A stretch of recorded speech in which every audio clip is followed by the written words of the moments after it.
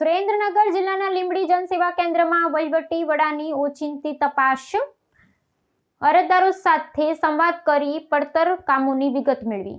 સુરેન્દ્રનગર જિલ્લાના લીંબડી તાલુકા સેવા સદન સ્થિત જનસેવા કેન્દ્ર ખાતે આજે વહીવટી વડા દ્વારા આકસ્મિક તપાસ હાથ ધરવામાં આવી હતી.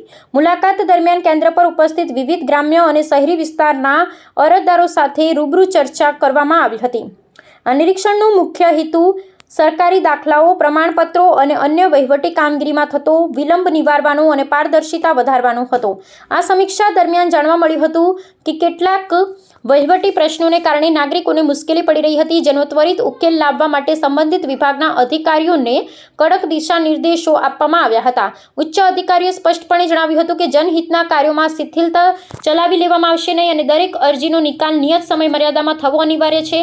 વહીવટી પ્રક્રિયાને વધુ સરળ અને લોકાભિમુખ બનાવવા માટે કર્મચારીઓને કાર્યક્ષમતા વધારવા સૂચના અપાઈ હતી.